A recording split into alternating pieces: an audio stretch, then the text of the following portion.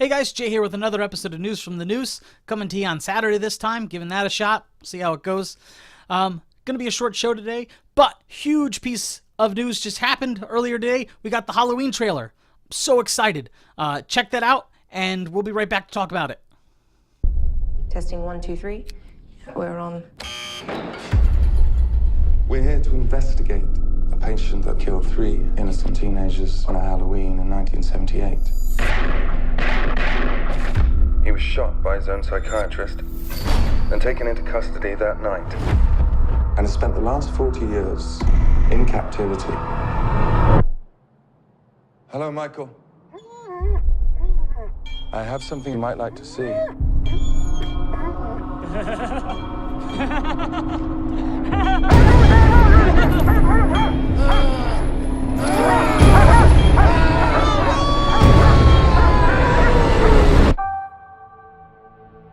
Everyone in my family, turns into a nutcase this time of year. Yeah, I mean, your grandmother is Laurie Strode. She was almost murdered. Wasn't it her brother who murdered all those babysitters? No, it was not her brother. That's something that people made up. Do you know that I pray every night that he would escape? What the hell did you do that for? So I can kill him.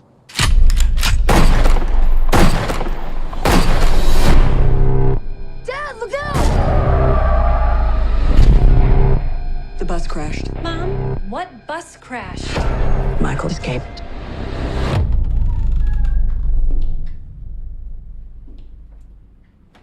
Excuse me, somebody's in here. Hello?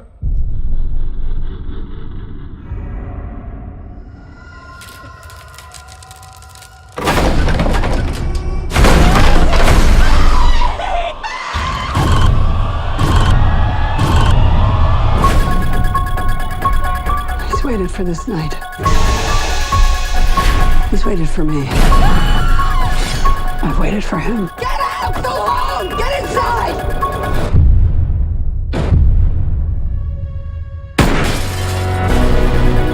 You don't believe in the boogeyman? He's here! Michael! You should. Can you close the closet door?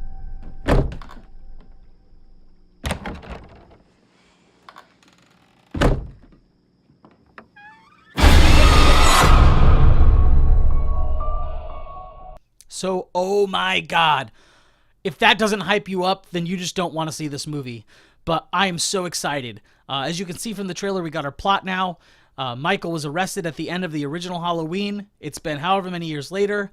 He breaks out because the bus crashes. I don't know why they're transporting him, because we need a plot device, whatever. Bus crashes, he gets out. He's coming back to Haddonfield. Laurie is now a sheriff. She's been waiting for this day. She knew it was coming. She knew this guy wouldn't give up. And I am just so excited to see another battle between Laurie and Michael. They retconned their brother with they retconned him being her brother, which we found out in number 2, with that nice little throwaway line. I like that. I'm just super pumped. Everybody looks great. It looks like the filmmakers put a lot of care into this. Carpenter is producing, so he's given his input.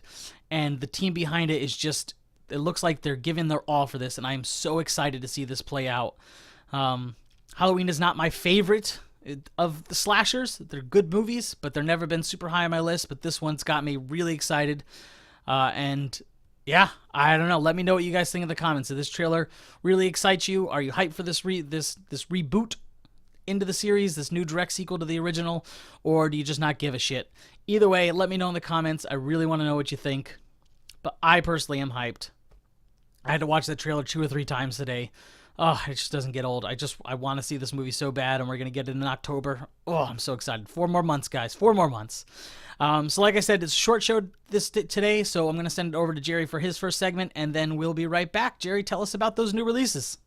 What's up, everyone? Welcome to News from the Noose. Thank you for shooting it over to me, Jay. I got some new announcements for releases upcoming. Scream Factory is killing it. 2018 is their year. They announced Texas Chainsaw Massacre: The Next Generation for this fall, an HD transfer of the theatrical cut, and they're working on getting the elements for an extended cut. So, yes, please, I'll take that kind of trash. They've also got a 4-disc set coming out for Wreck. If you've never seen the Wreck movies, they are Spanish zombie movies. It got remade in quarantine.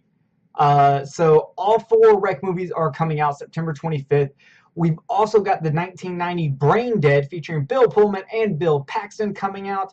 Plus, if you're into 70s haunted house movies, we've got The Evil coming out. So that's pretty good. Scream Factory out here killing it. Also, Severin Films is working on a 4K restoration of The Changeling, a classic from 1980, influenced heavily by the 70s. It is one you need to check out if you're into slow burn haunted house movies. With that being said, we're going to get into our releases for June 12th.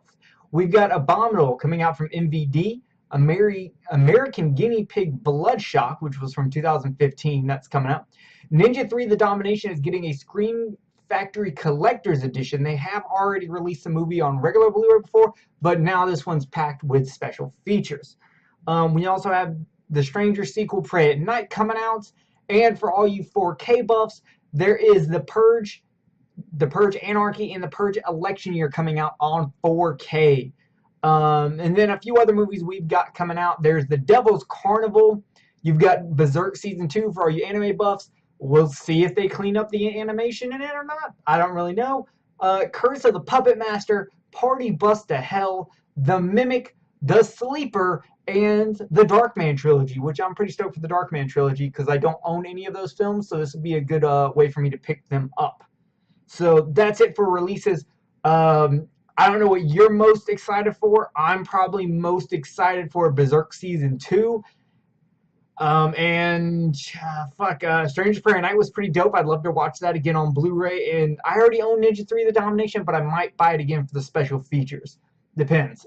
So let me know what you're most excited for picking out on June 12th. And out of the Scream Factory new announcements, which ones are you most excited about? Is it the new generation? I think it's the new generation. Either way, back to you, Jay. All right. I am super stoked for that Darkman trilogy. Love those movies. I don't own any of them on Blu-ray, so I'm going to snag that up. Ninja 3 of the Domination I don't own. And, of course, Texas Chainsaw The Next Generation. Oh, fuck, I'm excited for that. That's one of my favorites. I know it's not amongst all the fans, but I'm personally excited for it. Let us know in the comments which movies you think are, which movies you're most excited for. Not you think. You can tell us what you think, but which movies you're most excited for. So yeah, short show. So I'm going to give you a quick review of the movie Upgrade. I saw that, like I said, I was going to see it, and I was going to do a straight to the kill, but I decided that since this is kind of a slow news week, I would just throw a review in here. Movie's good.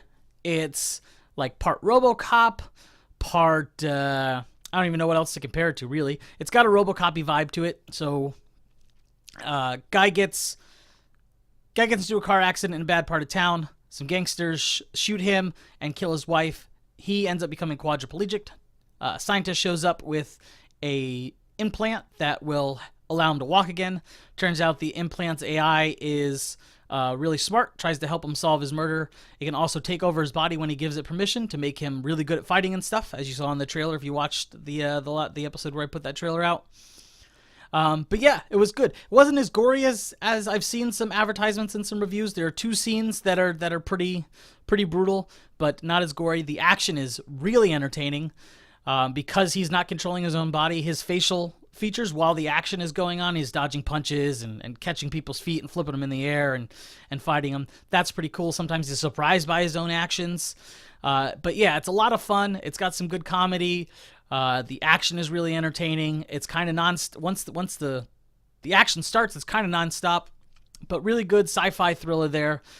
So that's still in theaters, I think, but it's probably going to shoot over to home video really quick because it's not a big movie.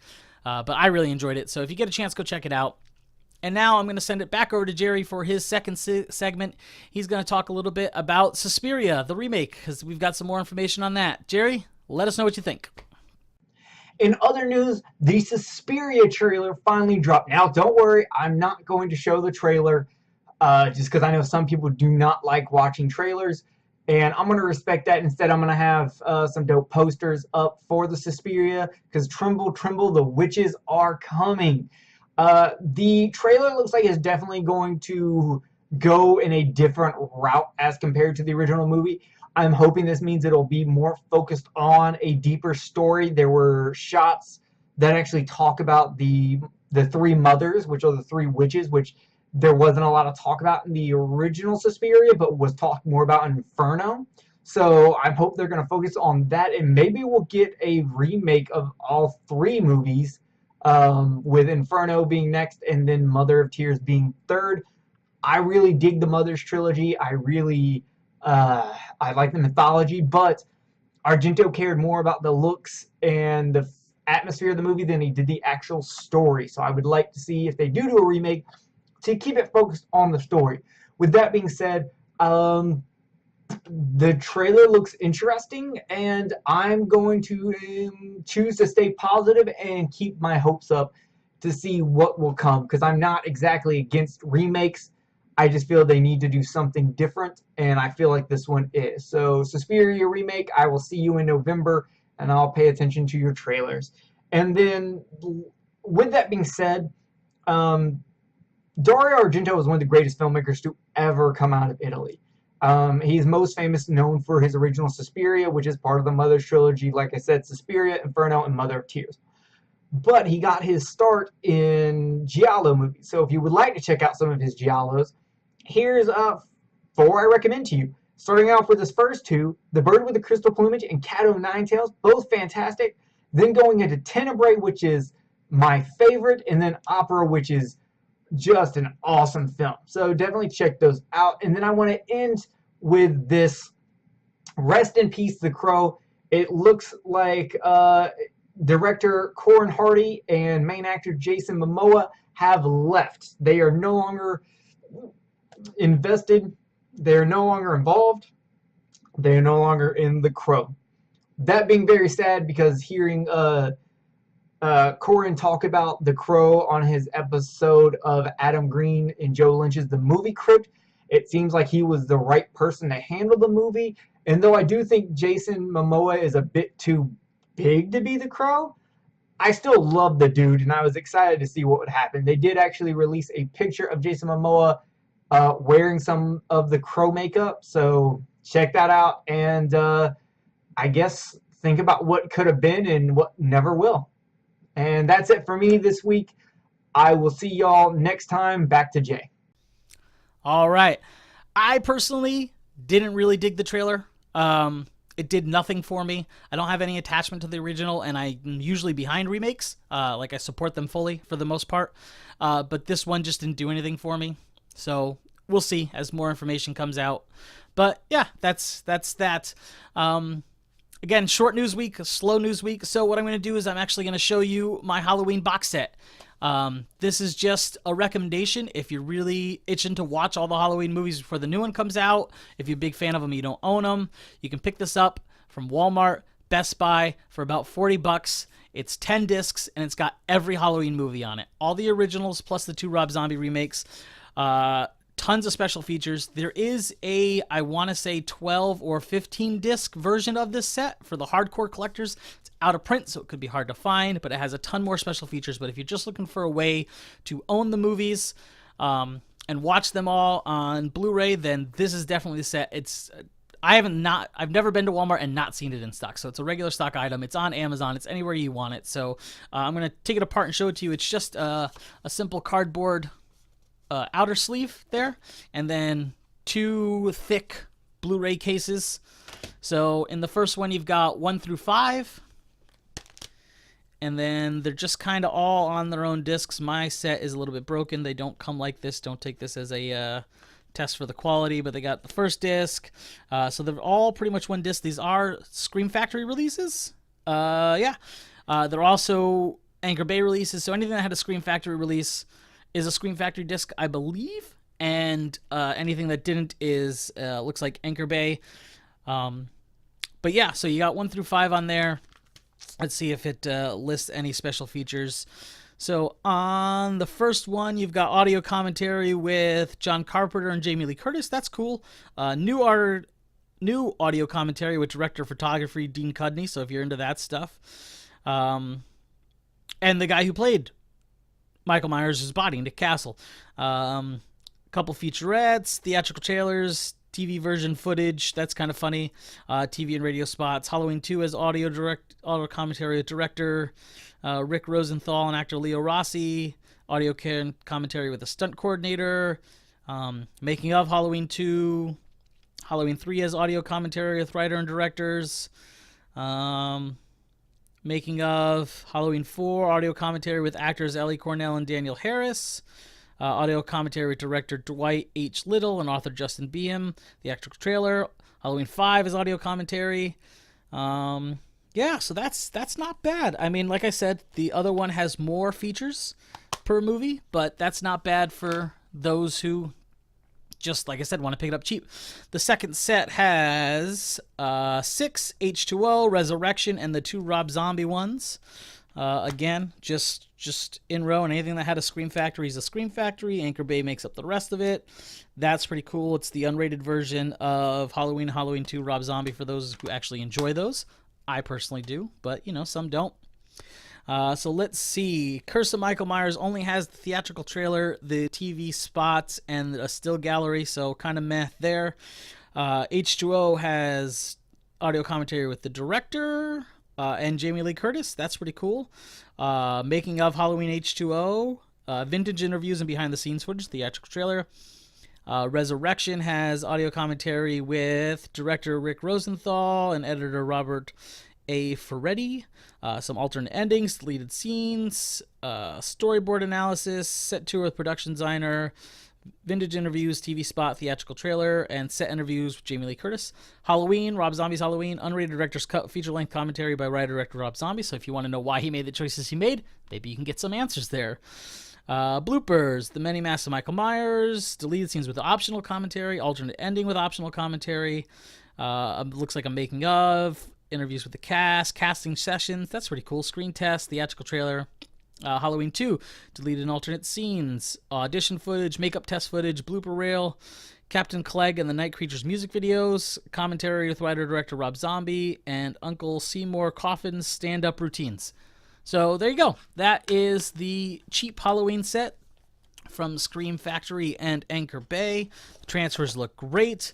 And like I said, it's nice and cheap, easy to get a hold of if you want all the movies. Apologize for all the glare. Most of the time I try and use natural lighting from my window back there. It's super rainy out, so I have to have my bedroom light on, so there's probably a little bit more glare in my glasses. There might be some glare coming off of this stuff and the Blu-ray cases, so I apologize about that.